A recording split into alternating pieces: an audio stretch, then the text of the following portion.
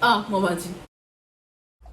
Franchement, je sais pas si j'ai le droit d'avoir ce verre-là, mais franchement, au point où on en est, je suis en train de transpirer, genre littéralement pour vous. Vous voyez comment je vous aime, hein, franchement. Mais guess who's back? Coucou la famille, les amis. Je sais, je vous ai manqué. Vous savez, votre girl, elle aime se faire désirer, you know what I'm saying? Mais oui, j'ai eu beaucoup de gens qui m'ont demandé est-ce que tu as arrêté les vidéos? Est-ce que tu reprends? C'est fini? Marie Balance tout n'est pas près d'être fini, je suis désolée. Mais voilà, j'avais juste, voilà, j'étais un peu prise et puis j'avais pas envie de me mettre de pression en fait. Je veux vraiment tourner les vidéos quand ça me prend, quand je suis motivée et voilà, quand j'ai de bonnes histoires à vous raconter. Je vais pas juste venir blablater et voilà. Mais I'm back, je pense que vous allez aimer. Mais c'est ça. Je suis luisante, carrément, comme un verre. Vous pouvez le voir. Let's go to the point. Alors, je vous reviens aujourd'hui pour une histoire paranormale. Je sais que vous aimez ça.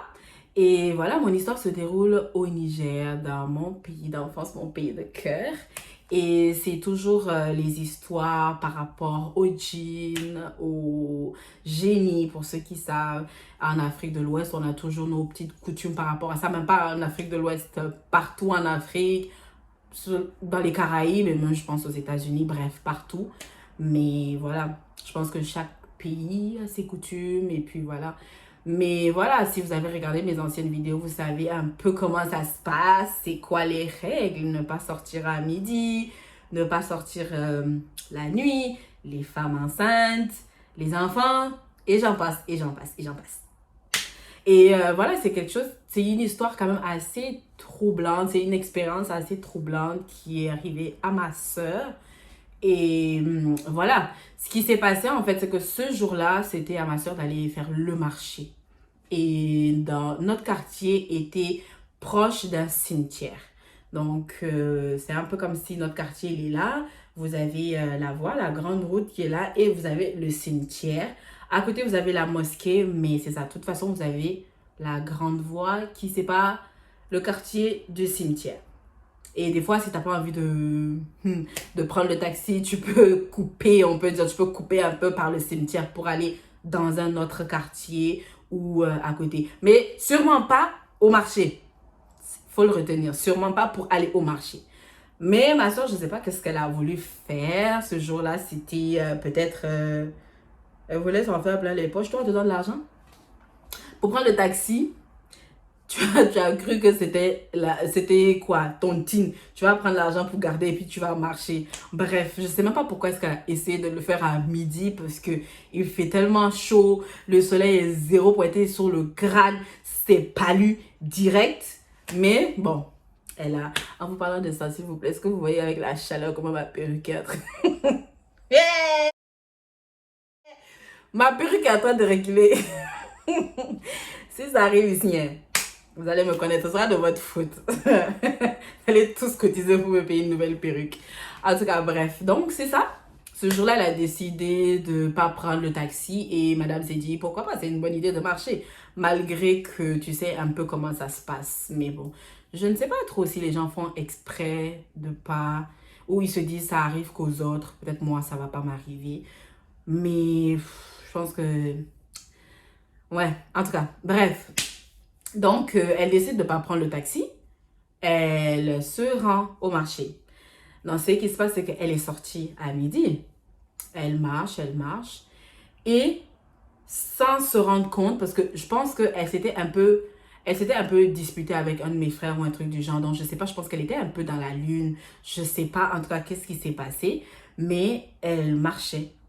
Et la bonne dame, elle se retrouve, je ne sais comment, à partir au cimetière. Mais à midi, ma soeur, qu'est-ce que tu vas faire au cimetière, genre? Et c'est pas que elle passe dehors, comme elle passe entre les murs du cimetière ou elle longe le cimetière. Non, elle rentre à l'intérieur du cimetière et elle marche. Mais à ce moment-là, elle dit qu'elle ne savait pas qu'est-ce qu'elle faisait en fait. Elle ne savait pas. C'est comme si elle avait l'impression que quelque chose l'attirait dans le cimetière, mais elle ne se rendait pas compte. Je ne sais pas si vous savez. Pardon, du bruit. Oh my god. Je ne sais pas si vous vous rendez compte, en fait, si ça vous est déjà arrivé d'être perdu à un point où vous avez l'impression de... Vous avez quelque... C'est comme si vous avez quelque chose qui vous tire. Vous avez une sensation de quelque chose qui vous amène quelque part, mais sans vraiment savoir où. En tout cas, moi, j'ai déjà eu ces impressions-là, mais c'était sûrement pas pour m'amener au cimetière. Mais oui, c'était réel, en fait. Et elle marchait. Et avant d'arriver au cimetière, en fait, elle a rencontré des gens. Je pense qu'elle a rencontré des gens qui lui demandaient, mais où est-ce qu'elle allait? Je pense des gens du quartier qui lui demandaient où est-ce qu'elle allait. Elle disait qu'elle allait au cimetière. Aussi, ils étaient comme, ok, tu vas au cimetière, fine, va au cimetière. Au marché, pardon. Elle va au marché, ok, va au marché. Mais là, elle rentre dans le cimetière et il n'y avait pas le gardien du cimetière. Donc, elle faisait qu'avancer. Et c'est comme si quelque chose lui disait, viens, viens, viens. Dans sa tête, c'était viens, viens, viens. Donc, elle faisait que marcher, elle faisait que marcher. Et vous savez, dans les cimetières africains, il y a des arbres, il y a des... En tout cas, il y a des arbres, il y a des arbustes, il y a des buissons, des trucs du genre. Donc, elle a marché, marché, marché, marché, jusqu'à un point où le cimetière, il est vraiment grand. Il est très grand. Elle a marché, marché, jusqu'à un point où elle arrive devant un arbre dans le cimetière. Et à cet arbre-là, elle rencontre un vieux monsieur. Il était habillé en tout blanc. D'après ce qu'elle a dit, il était habillé en tout blanc. Et c'était vraiment un vieux monsieur. Et elle-même, elle s'est étonnée en fait en voyant le vieux monsieur. Elle était comme dans une sorte de transe, je vais dire. Et le monsieur lui a demandé, mais ma fille, qu'est-ce que tu fais ici à cette heure? Et elle a dit au monsieur, je vais au marché. Le monsieur lui a dit, mais tu n'es pas sur la route du marché. Tu n'es vraiment pas sur la route du marché là. Il faut que tu retournes et que tu prennes la route du marché. Mais ma soeur, on dirait qu'elle était toujours sous l'emprise de quelque chose. Elle a dit au vieux, non, je vais au marché. Le vieux lui a dit, ma fille, tu n'es pas sur la route du marché. Donc, retourne-toi. Ne regarde pas derrière toi. Retourne-toi jusqu'à ce que tu vas arriver au marché. Mais là, tu n'es pas sur la route du marché. Et je pense que c'est là, elle a tiqué en fait. Parce qu'elle dit que dès qu'elle s'est tournée, elle marchait, elle s'est rendue compte qu'elle était dans le cimetière. Elle s'est dit, mais qu'est-ce que je fais dans le cimetière en fait? Genre, qu'est-ce que je fais dans le cimetière? Mais elle n'arrivait pas à comprendre. Elle n'arrivait vraiment pas à comprendre, mais elle a su qu'elle a parlé à quelqu'un, elle a su qu'elle a parlé à ce vieux-là. Et je pense que là, elle a réalisé qu'il y avait quelque chose qui n'allait pas parce que le vieux lui a dit, tu n'es pas sur la route du marché. Là où tu t'en vas, tu ne vas pas quelque part de bon en fait. Donc, retourne-toi, genre, fais demi-tour et va tout droit sans te retourner. Et tu vas voir la route du marché. Moi, tu me dis ça. Moi, tu me dis ça, mais je sais pas, je sais même pas comment vous dire en fait. Est-ce que vous imaginez? Donc, elle a suivi les conseils du vieux, elle a marché, marché, marché jusqu'à ce qu'elle est sortie du cimetière. Et là, elle a réalisé que, ok, quelque chose m'a amené au cimetière. Je sais même pas qu'est-ce que... C'est pour vous dire, en fait, c'est l'opposé, en fait. Le cimetière est là, le marché est là, donc tu peux pas aller de ce côté-là pour dire que tu pars au marché, en fait. Il y avait définitivement quelque chose qui l'attirait dans le cimetière. Et c'était pas quelque chose de bon. Heureusement pour elle, je pense que ce jour-là, son ange gardien n'était pas en congé. Il travaillait vraiment. Son ange gardien veillait sur elle ou elle est née sous une bonne étoile, je ne sais pas. Mais si elle n'avait pas vu ce monsieur-là, je suppose que c'est un ange. Je ne sais pas. Parce que quelqu'un qui habille en tout blanc, un vieux ou peut-être, je ne sais pas, un bon génie ou moi je dirais que c'est un ange. Je ne sais pas. Mais c'était pas son jour. C'était juste pas son jour. Donc, elle est partie au marché. Elle a fait ce qu'elle avait à faire. Et elle est venue à la maison. Elle l'a raconté à tout le monde. Elle nous a raconté. Puis, on était comme... C'est pas possible. C'est pas possible. Genre, qu'est-ce que tu vas faire au cimetière? Elle-même, elle dit qu'elle ne sait pas.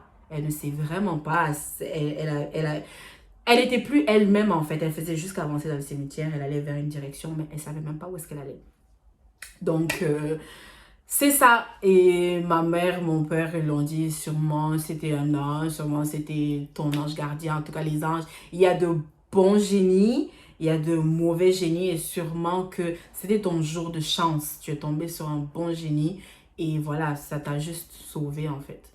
Mais c'est fou. Moi, je sais même pas quoi vous dire en fait. Si j'étais à sa place, ça fait vraiment peur. Elle est vraiment chanceuse. Elle est vraiment, vraiment chanceuse parce que, ouf, rencontrer des gens comme ça, imaginez, je sais même pas où est-ce, imaginez si elle se rendait chez un mauvais génie ou si elle se rendait sur la tombe de quelqu'un de mauvais ou, mais en tout cas, c'est vraiment réel. C'est réel. Donc, les personnes qui ne croient pas aux djinns, qui ne croient pas aux mauvais esprits, c'est vraiment réel, surtout quand ça arrive. Quand ça n'arrive pas à des personnes proches de nous, on va se dire, ah, ben, c'est juste une histoire racontée. Mais quand ça arrive à un de nos proches, on se dit, finalement, le bien et le mal existent en fait. En tout cas, c'est la fin de la vidéo. Je vous ai dit, avant que ma perruque ne se retrouve sous mon crâne, je vais vous laisser et je vous reviens pour d'autres vidéos. Je vous fais de gros bisous. Mouah.